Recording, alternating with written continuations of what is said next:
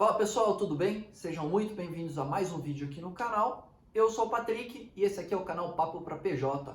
No vídeo de hoje a gente vai falar um pouquinho sobre análise de minutas e o que é uma taxa de juros de contrato. Será que você sabe qual que é a taxa de juros do seu contrato? Se você quer aprender um pouquinho mais sobre isso e sobre outros vídeos, se inscreve no nosso canal. Aqui a gente tem vídeo todas as semanas, beleza? Bora pro vídeo!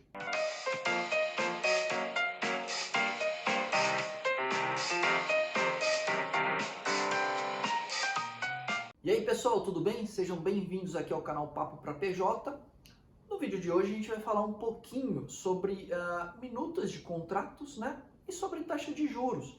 A taxa de juros all-in de um contrato, que normalmente não é muito bem analisada pelas empresas. Beleza? Então vamos começar pela minuta.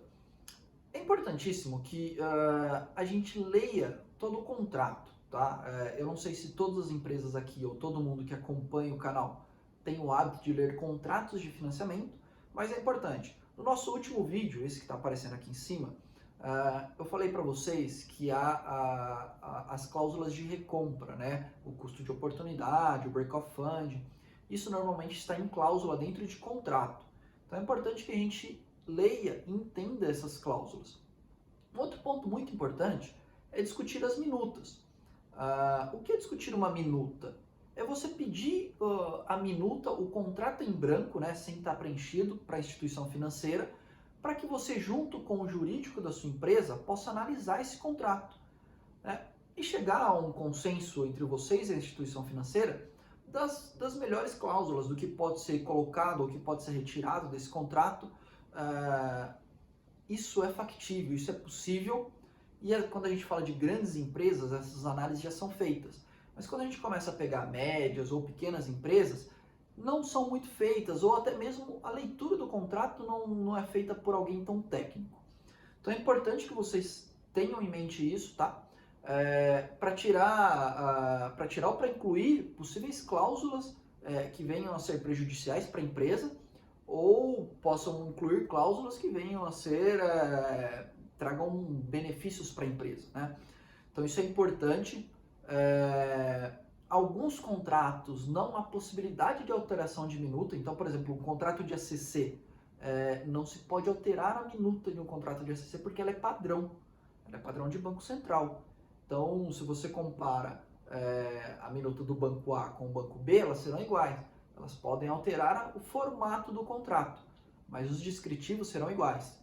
Então, alguns contratos não dá para alterar, mas a grande maioria dos contratos vocês devem ler, devem analisar cláusula com cláusula, cláusula por cláusula, junto com o jurídico da empresa de vocês, para chegar a um consenso. E se tiverem de acordo com aquela minuta já apresentada, vida que segue, é só seguir com o financiamento, assinar e tudo mais, tá? Mas é importantíssimo analisar, pessoal. Existem cláusulas ali, existem pegadinhas, analisar as letras pequenas, como todo mundo fala. Beleza? E da taxa de juros, o que eu tenho para falar para vocês? Normalmente, quando uma instituição financeira te apresenta a taxa de juros, então, por exemplo, eu te apresento 10% ao ano. Será que esse é o custo real do teu contrato? O que mais que pode ter incluso ali que não está dentro dessa taxa de juros? Então, aqui eu estou falando para vocês de taxa de juros all-in. Tá? O que é uma taxa de juros all-in? É quando você faz toda a soma do custo do teu contrato. Então vamos lá. A instituição financeira fala que ela vai te cobrar uma taxa de juros de 10% ao ano. Beleza. Essa é a taxa de juros que a instituição financeira vai te cobrar. Mas quais são os impostos? Então qual é o IOF, possível IOF se tiver, possível imposto de renda se tiver, quais são as tarifas que serão cobradas. Tudo isso precisa ser somado para que ao final você tenha o custo all-in do seu contrato. O que é o all-in? Então, ao invés de 10%, o teu contrato pode ser 12%, 13% ao ano. E esses 2% ou 3% a mais pode fazer muita diferença na escolha do financiamento que você vai fazer. Então, às vezes você tem 2 contratos que te custam 10% ao ano, numa taxa de juros normal. Porém, na hora que você olha o all-in, um contrato vai te custar 11% e o outro vai te custar 12%, 13%. Então, são pontos importantes que vocês precisam analisar.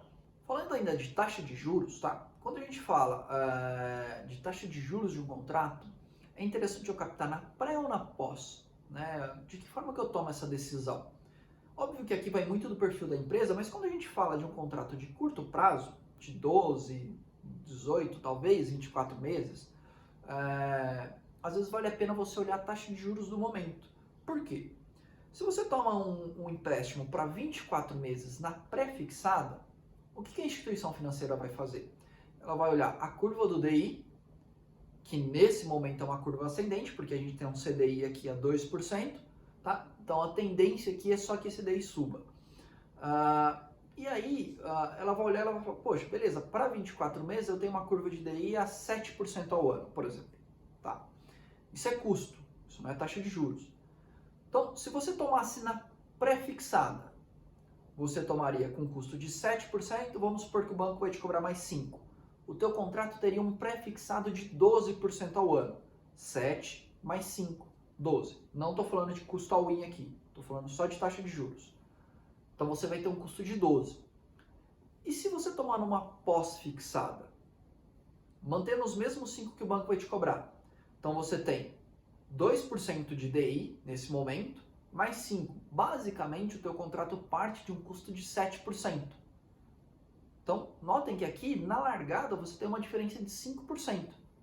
E qual a possibilidade desse CDI chegar a 7% ao final daqui 2 anos? Não sabemos, depende muito da economia. Porém, durante todo esse período em que o CDI estiver abaixo de 7%, você está tendo vantagem no seu contrato. Vamos lá. O CDI começa em 2, mais 5, 7, para uma diferença de 12, que seria um contrato na pré. Daqui 3 meses esse CDI saiu de 2 para 3. 3 mais 5, 8. O teu contrato de pré permaneceria em 12. Daqui 1 ano esse CDI está em 6. 6 mais 5, 11. E o seu contrato estaria em 12.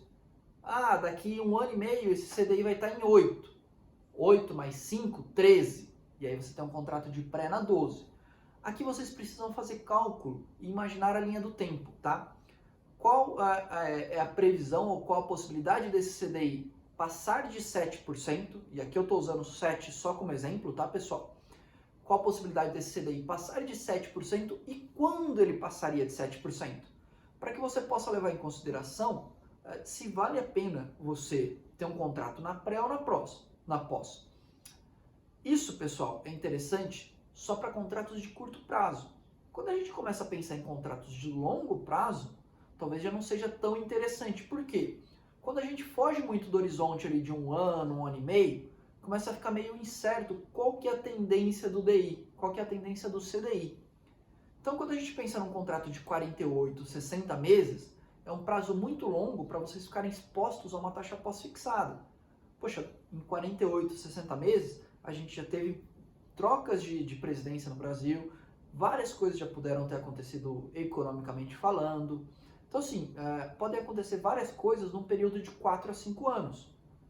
Por isso que eu falo que talvez seja interessante, num prazo de 12, 18, talvez 24 meses. Beleza? Vídeo relativamente curto, só para dar um toque para vocês sobre minuta e sobre taxa de juros. Espero que eu tenha ajudado vocês. Se gostarem, deixem um like, se inscrevam no canal, aqui a gente tem vídeo todas as semanas, beleza? Valeu, pessoal, até a próxima, tchau, tchau!